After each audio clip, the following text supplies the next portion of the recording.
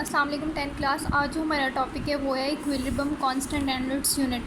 सबसे पहले इसकी डेफिनेशन देख लेते हैं क्या कह रहा है। Equilibrium constant is a ratio of a product of the concentration of the product रेट्स to the power of coefficient to the product of the concentration of the reactant raised to the power of the coefficient as expressed in the balanced chemical equation।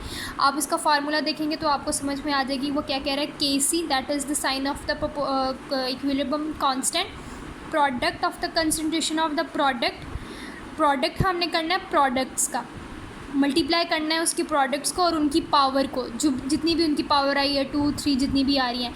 And the product of the concentration of reactant रेट्स to the power of coefficient, और नीचे हम लोगों ने उनके reactant का product करना है, मल्टीप्लाई करना है विद उनके कोफिशिएंट पावर के साथ। देखते हैं क्या कह रहा है। It is convenient to write the product as a numerators and the reactant as a denominator. By knowing the balanced chemical equation for the reversible reactions we can avoid the equilibrium expression।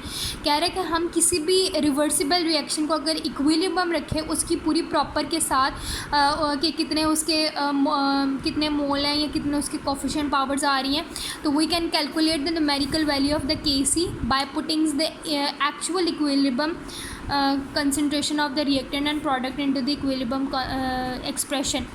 And the value of the Kc depends upon temperature, it doesn't depend upon the initial concentration of the reactant and a product। क्योंकि आप जितना temperature high करते जाओगे आप लोगों के इनके दरमियान जो रिएक्शन करने की एबिलिटी है वो उतनी ज़्यादा हो जाएगी। और ये डिपेंड नहीं करता कि हमारे पास कितनी इनिशियल में कितने हमने हाइड्रोजन लिए थे, कितने हम लोगों ने आयोडीन ली थी, सिर्फ ये डिपेंड करता है हमारे पास टेम्परेचर पर। इसकी बेस्ट एग्जांपल ये है कि आप जितना कम टेम्परेचर रखोगे आपका जो वाटर होगा वो उतना जो है वो स्लो बॉयल हो रहा है। आप जितना ज़्यादा टेम्परेचर करोगे आपका पानी उतना ज़्यादा जो है बॉयल होना शुरू हो जाएगा। बिल्कुल इसी तरह हमारे पास ये Kc की भी वैल्यू डिपेंड करती है टेम्परेचर पे।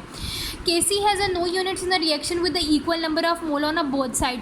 अगर रिएक्टेंट वाली साइड पर भी 2 है और प्रोडक्ट वाली साइड पर भी 2 है तो फिर उसका कोई यूनिट नहीं होगा। उसकी एग्जाम्पल में उसने ये दिया हुआ है H2 + I2, इसका भी एक इसका भी एक, जबकि हमारे पास जो प्रोडक्ट बन रहे हैं उसके 2। ये जो 2 यहाँ पे है ये शो कर रहा है कि 2 प्रोडक्ट हम लोगों के पास आए हैं। तो 1 मोल डेसीमीटर क्यूब इससे कैंसिल हुआ, 1 मोल डेसीमीटर क्यूब है वो ऊपर वाले से कैंसिल हुआ। ये स्केयर की फॉर्म में है, ये स्केयर जो है ये दोनों को कैंसिल आउट कर रहा है, तो नो यूनिट। लेकिन for the reaction in which the number of the mole of the reactants and the products are not equal in a balanced chemical reaction the Kc of course have a unit. For the reaction ये देखें यहाँ पे N2 है plus 3 molecule हैं किसके, H2 के।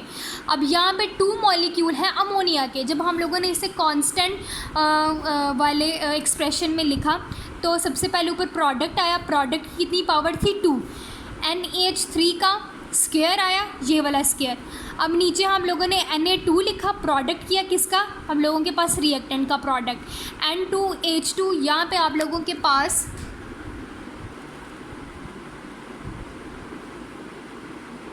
Three भी आएगा। क्यों? क्योंकि हमारे पास इसके साथ 3 प्रेजेंट है तो इसके साथ भी हमारे पास 3 आएगा। तो ये मोल डेसीमीटर पर क्यूब हमारे पास पहले आया स्क्वायर इसका, फिर मोल डेसीमीटर पर क्यूब इसका और मोल डेसीमीटर पर क्यूब इसका भी आया। ये एक वाला कैंसिल होगा इसके साथ और ये दूसरे वाला कैंसिल होगा इसके 2 चीज़ों के साथ। बाकी नीचे रह गया मोल डेसीमीटर पर क्यूब का स्क्वायर। अब जब इन दोनों ने आपस में जब मल्टीप्लाई होना है तो ये -2 यहाँ पे और ये +6 जब ऊपर जाएंगे तो ये हमारे पास ये वाला यूनिट होगा। तो हर वो एक रिएक्शन जिसके पास हम लोगों के number of product not equals to the number of reactant तो उसका हमारे पास यूनिट होता है। लेकिन जब हमारे पास दोनों साइड पे नंबर ऑफ़ मोल्स इक्वल होते हैं तब हमारे पास कोई भी यूनिट नहीं होता।